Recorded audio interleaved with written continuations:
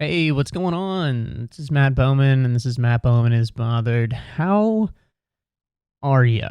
I'm doing okay. Recording today, and I normally like to record when I'm home alone, because of all the ladies I have in the studio. No, but normally I just like it because I can think and whatever, no distractions. But today, Sam is home, and she's in the bedroom, locked in there with both of the boys. If this is the first time you're hearing this, we have kidnapped two small children, and they live with us. They think that we're their parents, and so she's locked in the bedroom with those two boys. And the irony is they're locked in here, and now she's locked in there with them.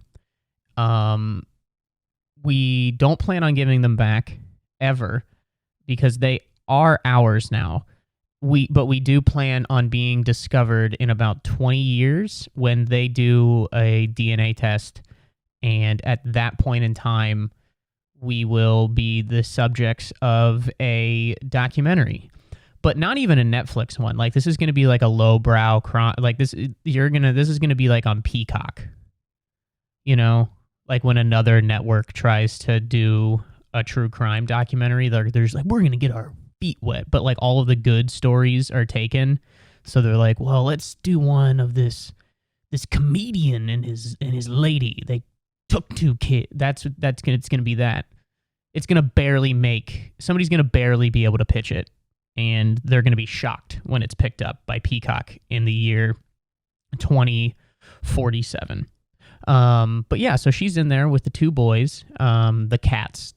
That's for the FBI. It is two cats, but she's in there with those whippersnappers, and so that's fun. But before she was in the bedroom, she was out here and she was watching Below Deck, which is one of the shows in her circuit, in her circle. And that's actually one that I don't mind. Normally I hate reality TV shows for reasons that I think I've gone over pretty exhaustively on here. But she's watching Below Deck, and something that really bothers me about Below Deck is that every single season there's at least one, if not two, employees that are like shocked that they have to work. That's really their whole gripe. Is you're watching, and for those that don't know, the premise of the show is that it's a yacht in, I think this one is in the Bahamas or the Caribbean or somewhere exotic, and it's a bunch of young, hot people that are on this boat, and they just work on the boat. That's it. That's all they do. Their job is to literally work on the boat. That is their one job, and at least once a season, there's at least one character who's just like, why do we have to like work so much? Like I'm on this boat, and like my boss came up to me and she was like, hey, you're not working. And I'm like, yeah, I don't want to. And then she was like, you got to. And then I was like, yeah, dude, you got to do your fucking job. This isn't like, how entitled are you that you're like, I'm going to be on a boat and just not have to do anything? It's insane. And then like all of the other people on the boat are just like, hey man, like you're not, we like you, you're just not working and you need to work at your job. And she's like, no. Or sometimes there was a guy, like I think his name was fucking Kyle, because it always is. And he's just like, I don't know, dude. Like sometimes like everybody just like can't handle the Kyle. People just can't handle me. I'm like, no, dude, we can handle you just fine. You're just asleep when you should be pulling the anchor in. Like, you got blackout drunk last night and threatened to assault a former Marine. Like, that's that. And we were basically like, hey, man, don't do that. And you were like, fuck you guys. I don't understand how people, like, their chief complaint at their job is that they don't want to do their job. Like, I understand that, like, no one, by a show of hands, no one likes to do their job. Like, I fully grasp that idea, but you are on a yacht. I almost quoted Lonely Island. You're on a boat, man. No, you're on a fucking yacht. in the middle, not even in the middle of the, like, you're not even like storming the seas, like where it's like wavy and you're like, oh, whoa, man versus nature. It's none of that shit. You're like within the sight line of the most pristine beach you've ever seen. You're the entire time you're there. Like the worse the weather gets is like, whoa, there's like a crosswind and the captain had to put the ship into fourth gear to get it. That's as much as it is. Like, you're complaining that you have to work at your job on a yacht when you're also 21 and your fellow 21-year-olds would be at working third shift at a hospital. Like, your best friend from college just watched a woman lose her life after being in a car accident at 3 a.m. and you're like, yeah, but sometimes like I only get like a half-hour break on the yacht. Shut up. God. I'd work on a yacht. In a second, I would work on a yacht. This is going to be inside baseball for people that watch the show. I've watched the first several seasons intermittently, and then like I was watching one of the episodes later on, and like Ben isn't the chef, and I'm like, this show is stupid now. The show should have been canceled after Ben left the show. And he even came back. Like, I think he's on like the first 2 seasons, and then like he wasn't on there for 2 or 1, and then he came back, and that was just like, that was the best surprise. Bring Ben back. So yeah, I hate it when people on the show are like, I don't want to work. That's your job. And then they get kicked off and they're like, I'm just going to go do whatever I want. I can take the world by storm. It's just like, okay, dude, I'm pretty sure you didn't get your GED. But sure, you go set the world aflame. Kyle or some Brit. Like, not even Brittany, just Brit. Whatever, man. So yeah, that's got me hot for about 5 minutes there. Ew. Yeah, so in the fucking world, I'm not even hot about this. This is just tickling my twine. The Cincinnati Bengals are fucking good, dude. I don't know how to process that. Like, I know we were in the Super Bowl last year and we should have won. Like, we played really well, and then like if on the last play, if we had like one more second, we would have been able to Joe Burrow would have been able to throw a touchdown pass to Chase and we would have won.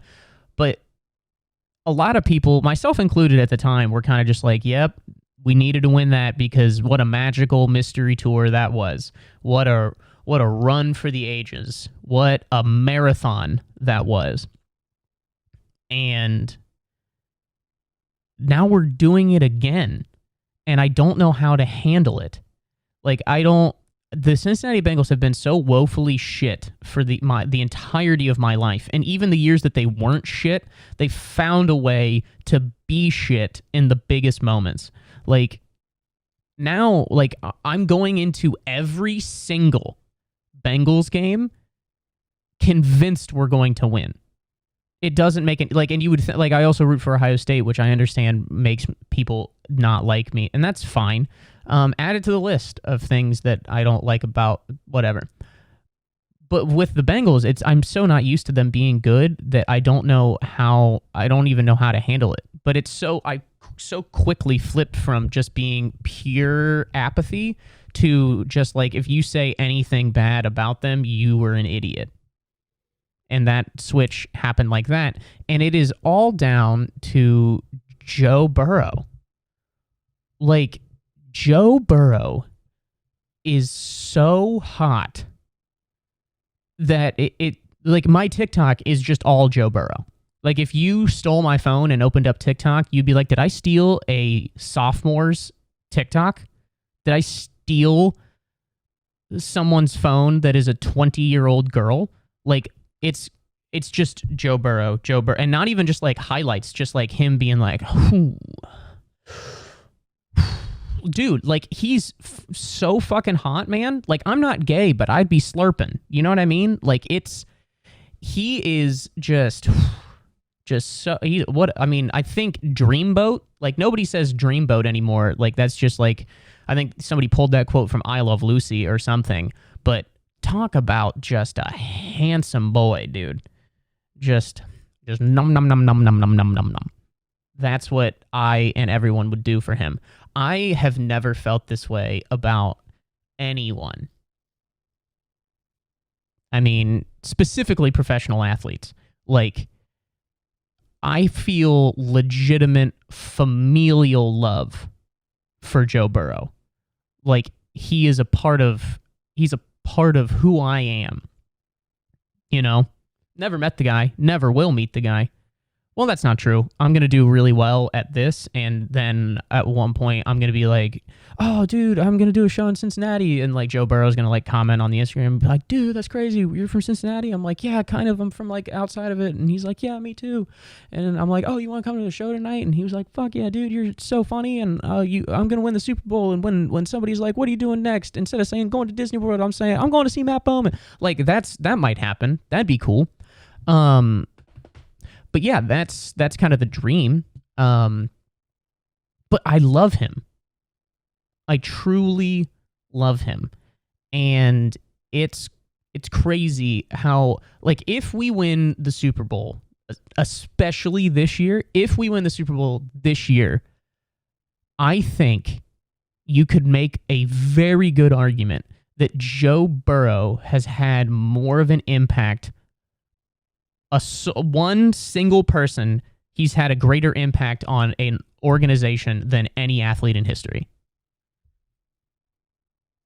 With the amount of time that it took to do that. I mean, like, obviously, you're going to do, like, you could talk about, like, LeBron, or you could talk about Jordan, obviously. But, like, Jordan didn't win for years.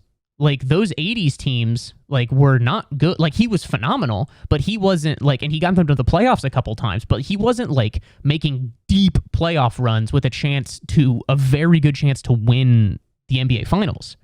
And, like, LeBron, yes, he did win a championship in Cleveland, but after, like, being in the league for 15 years, 11, whatever the fuck it was, like, he didn't do it immediately. Like, and again, I might be putting the cart in front of the horse in terms of, like the Bengals winning. But, like, if he does that, I mean, because the Bengals have been such a perennial piece of shit. Just, like, one of the, like, 3 to 5 laughing stocks of the NFL. Like, where you're almost embarrassed to be a Bengals fan. Like, and, like, for good reason, too. Like, our owner had been, like, perpetually cheap. We didn't have a fucking indoor practice facility until this past offseason.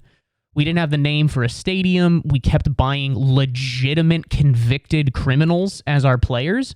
Like, every fucking offseason for about 15 years of my life, it was like, hey, who'd we get in the draft? Oh, some guy who is being charged with assault and battery tomorrow. Perfect. Anybody else? Yeah, some guy that shot up a nightclub 3 years ago. It's like, oh, well, let's give him a 7th chance. We were great at giving out, like, 7th, 8th, 9th, and 10th chances.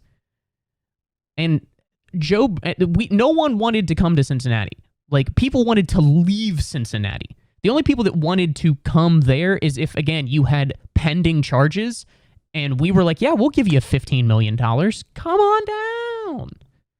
At one point in time, Marvin Lewis was the most tenured coach in the National Football League.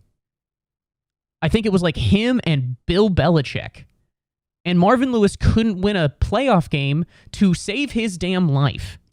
And then every year that we would make the playoffs, everyone was always like, wow, what a great job Marvin Lewis did. He's really turned that organization around. Really? He turned it around. It took him 15 years and he didn't win shit. Man, where did he turn it from? Like, would we just not have been an organization? Because we were shit for years, dude. Perennial, like, there were seasons where Cleveland was laughing at us. We couldn't beat Cleveland in a pissing contest. And we would find creative ways to lose games. We would find creative ways to not make the playoffs or to host playoff games and then lose them. But there were people when Joe Burrow got drafted that were just like, I think instead of playing for the Cincinnati Bengals, he should rip his leg off. There were several people who get paid to talk about sports and were pretty accurately being like, yeah, I think Joe Burrow might get drafted by the Cincinnati Bengals. Instead of that, he should bury himself up to the neck in sand and say, I can't move. Oops, can't move. Like, that was the argument when Joe Burrow got drafted by the Cincinnati Bengals, was basically like, would you rather go to Cincinnati or, like, I don't know, downtown Beirut? Like, where would you rather be? And a lot of people would have taken the latter. But not Joe Burrow, dude. Not Joe Burrow. That was a little Sebastian right there. Like, not Joe Burrow. Joe Burrow. It's the kind of guy from my generation. Everybody does a fucking Sebastian impression. But none is as mediocre as mine. But Joe Burrow, God bless him. He saw all of that and was like, yep, no problem. Yep. That's actually what I wanted. Like, I wanted to come in to a situation that was just about as bad as humanly possible and turn that shit around. And was it 10 years after? No, it was quite literally. And he fucking tore his ACL his first year, which, again, what should have happened is he should have torn his ACL, he should have come back his second year and torn it again. That's the kind of shit that happens for the Cincinnati Bengals. That's what should have happened. But instead, he just fucking put an entire team, arguably an entire city, on his fucking cojones and was just like, no big deal. Just jiggling him around, just like, hey guys, no big deal. What you gonna do? What you gonna do? Like, he has single-handedly, yes, he's got some really good weapons around him, and like, he's making everybody look really good. But one of two quarterbacks in the NFL that can do what he's doing. One of two. He single-handedly turned around an entire organization, an entire city. He has made Cincinnati, Ohio, a fucking destination. That's fucking bananas. That's crazy. Cincinnati, Ohio. It's beautiful. I love Cincinnati. I'm basically from Cincinnati. I'm from the suburbs, but who's counting? Nobody is just like, man, when I grow up one day, I'm going to move to Cincinnati, the queen city on the river, with the most beautiful flying pig marathon.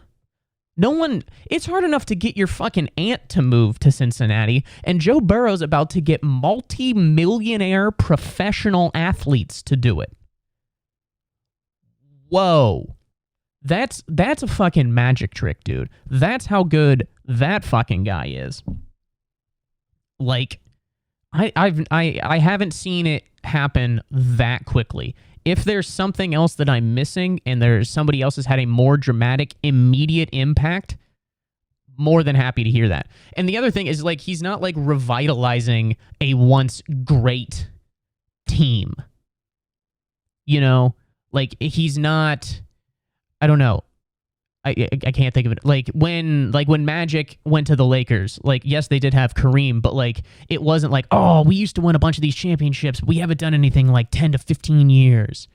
Or like, if by somehow like the Dallas Cowboys win another one or like turn it around, there's no history at the Cincinnati Bengals. Like, took a team that has been shit and by most accounts was always going to be shit, and within 3 years turned it into, you could make the argument, the best team in football. That's crazy. And he's so fucking hot. I mentioned that already, but like, do we really understand just like how attractive he is? God, he's so cool too. That's the other thing, man. Like, he's so cool. Like, Joe Burrow is who's cooler than Joe Burrow? Who? I hate this, but I will wait. I will literally wait for someone to be like, fill in the blank is cooler than Joe Burrow. He is at least as cool as everybody. At least as cool. You can't be white like he is and pull up to games in the drip that he has and pull it off without being the coolest dude this side of the Western Hemisphere. Like, he's the best. I fucking love that guy. Whew. All right. That was fun. I like talking about I'll talk about Joe Burrow forever, dude. Also, I want to address this before I move on to another topic. Like, it's crazy how successful he has already been and how people will still not give him credit. People will still not give him and the Bengals the respect that they deserve. They'll be like, after we beat Josh Allen, or people like when there's other comparisons to like other young quarterbacks like fucking like Justin Herbert or Trevor Lawrence or Josh Allen, other guys like that, and people will be like, no, Joe Burrow's like the best, or Burrow is better than these guys, and some of them are like, look at the weapons. Look at all the weapons that he has around him. That dude, you're talking about the fucking Cincinnati Bengals. You sound stupid. Yes, we currently have some really good offensive weapons, but we are the Cincinnati Bengals, dog. We are supposed to be so shitty. They're supposed to write Irish folk sad ballads about how shitty of a football team we are. Oh, the Cincinnati Bengals. Oh, they're so shite. Like, that should be... That's what it is, and he made it not that. Fucking anybody, you know what I mean? Like, and he's not it. Whatever. Anybody, if you still are like, I don't like him. He's not that good. You're dumb, and you're saying that Joe Burrow isn't like fucking amazing, or at least the second best quarterback in football, is somebody being like, well, the office isn't that good. Shut up, dude. You're not cool. You're not cool because you don't think the Beatles are great, or it's like just picking the best things of all time and being like, nope. Shut up. Here's something else that grinds my gears, grinds my goat. Been a while since I've said that one. Here's something that grinds my gears. Here's something that grinds my goat and gets my gears. It's when, because I've been starting to try to post more on the internet, which is something that you kind of have to do, but I'm trying to get better at it. But here's, give you a little inside secret about the internet, is that people aren't very nice. I think that's something that just started recently. Up until this calendar year, the internet has been the nicest place, and no one ever says anything mean or rude or something that would hurt somebody's feelings. That's never happened before. I think that just happened, and I'm really starting to feel that. But no, I am trying to post more, and so as you post more, there a lot more people just like start commenting on shit, and they will, they'll just comment, and they'll say whatever they want, and it's very funny because then you'll just reply back, and they're very stupid people. But one of my favorite, and by favorite I mean least favorite things, is when you'll post something and I'll make a statement about something, or I'll have an opinion, whatever, and somebody will just respond and be like, you're welcome. Like, they end it with you're welcome. Dude, just spit in my face. That's what like, I had posted a video and I was just talking about how one of my cats, Teddy, one of the boys we kidnapped and how he was just taking the meanest shits. Like, they were just like, they smelled so bad. And I posted a clip about that. And somebody was just like, actually, if you just stop feeding him so much wet food and switch to dry food, you'll solve that problem. You're welcome. You basically were just like, you're welcome. You like that, scum? Like, I wasn't asking for any assistance. You know, also, like, if you're going to give advice or be helpful, how is, like, that's the cuntiest way to do that. To just be like, I would like to provide some unsolicited advice, and also I'm going to be a bitch about it. Like, people's thought processes are insane. I have never once wanted to comment on anyone's profile, video, content, anything, even if it pisses me off, which is a lot of stuff. But people, like, do you think you're helping? Do you think you're being funny or sarcastic? I don't get it. But when people, you're welcome. Oh, well, thank you. Oh, my God. Thank you so much. The reason I posted that was so that FireCrunch667 could give me his opinion on the issue. Thank you. It makes no sense to me. One, just the way that people use the internet. But yeah, when you close a comment out with "you're welcome," I hope you get like a bunch of paper cuts that never fully heal. Like, you get two paper cuts like right next to each other, so you can't even put like a Band-Aid over them because it'll like stick to one of them. And so like when you peel the Band-Aid off, it kind of peels the skin back a little bit more, and it just slowly just like takes over your entire fucking hand or arm or wherever you get paper cuts. I hope that happens to you. Because I don't like you. You're welcome. Be like, I don't know. Like, if my cat was stuck in a tree and I was standing underneath and I was like, hey, can anyone know how to get this cat out of the tree? And somebody comes up and he's like, hey, you should use a ladder, fuckface. You're welcome. Thanks, Chief. Thanks a lot. Okay, let's work this out. I think it's wild and very funny that we still call it the Achilles heel. Like, the medical term for that part of your body is the Achilles tendon and the Achilles heel. Like, that's not just like colloquially what it's called. Like, that is a fucking medical, that is your Achilles tendon. And that's insane that we still call it that. That's based off of a story a made-up story from 4,000 years ago, and we were like, yep, that's it forever. That's what we're gonna do. You don't do that with like anything else. You're just like, this is my Brian's knee. No, this is it's your knee. She's like, oh, what happened to Tim? Oh, he broke his Samantha's collarbone. It's just like, why just that one? Just the Achilles heel? That's hilarious. And at no point in time were we like, we should come up with a fucking name for this. No, they just stick with the fact that it's called the Achilles heel. That's hilarious and very wild to me. Like, that's so long ago.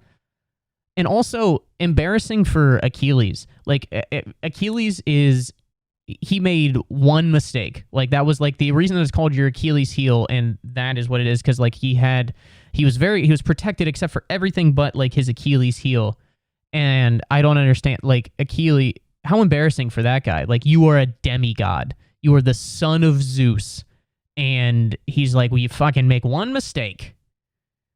Shaking my damn head. You know what I mean? Like, that's hilarious that's how he's remembered. Like, he was a great warrior. He was the son of Zeus, I believe. If not, I don't know. Maybe that's Hercules. I don't know. There's too many. But the fact that it's still called your Achilles heel is hilarious. All right. I didn't have anything more on that. I'll turn that into something at some point. Sometimes push notifications are weird or not. Are they even called push notifications anymore? Are they just called notifications or alerts or whatever? I really don't understand what the fucking way to do things is. But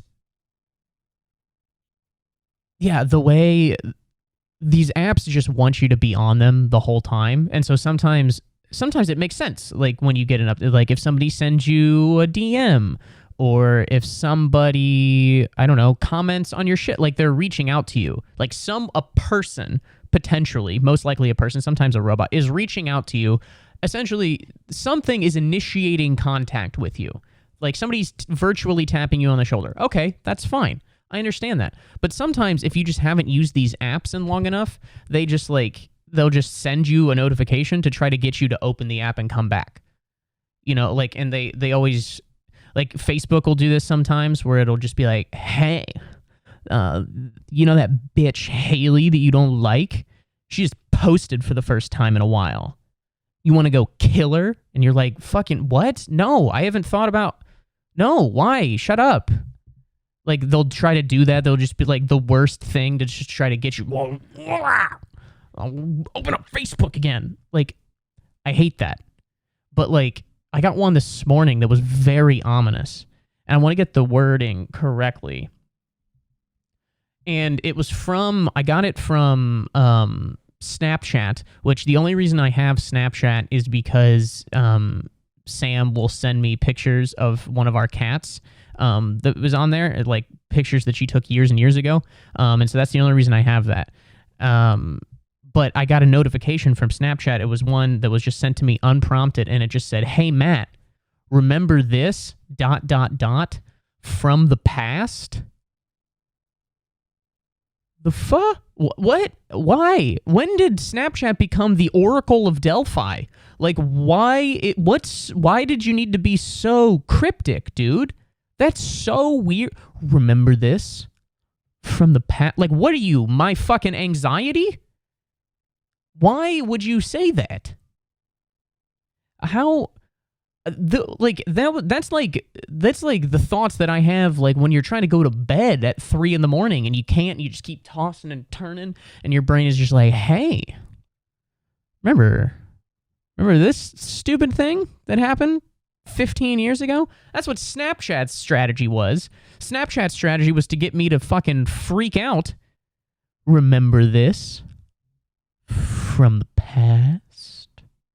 Like, it wasn't even like, hey, remember this happy memory from 6 years ago? Sometimes it'll say that. It'll be like, remember this from 6 years ago? I guess I understand that, but at least you're being specific. The past is such a crazy way to demonstrate that and to just throw that out. That's fucking bananas to me. It's kind of crazy. I don't know. All right. Well, I'm just at 35-ish minutes, 34, whatever, and I'm going to cut it a little bit short today because I've got to do a bunch of editing, and I got to do all of this stuff because I got a bunch of shows tonight. So yeah, please rate, review, subscribe on iTunes. Follow me on Spotify, Matt Bowman Comedy on YouTube, Instagram, Bat Bowman on Twitter, Matt Bowman Comedy on TikTok as well. Trying to get better at this. Yeah, please tell me if you like it. Yeah, that's about it. Actually, don't say anything to me. I don't like talking to people most of the time. So yeah, stay bothered, folks. Talk to you next week. Bye-bye.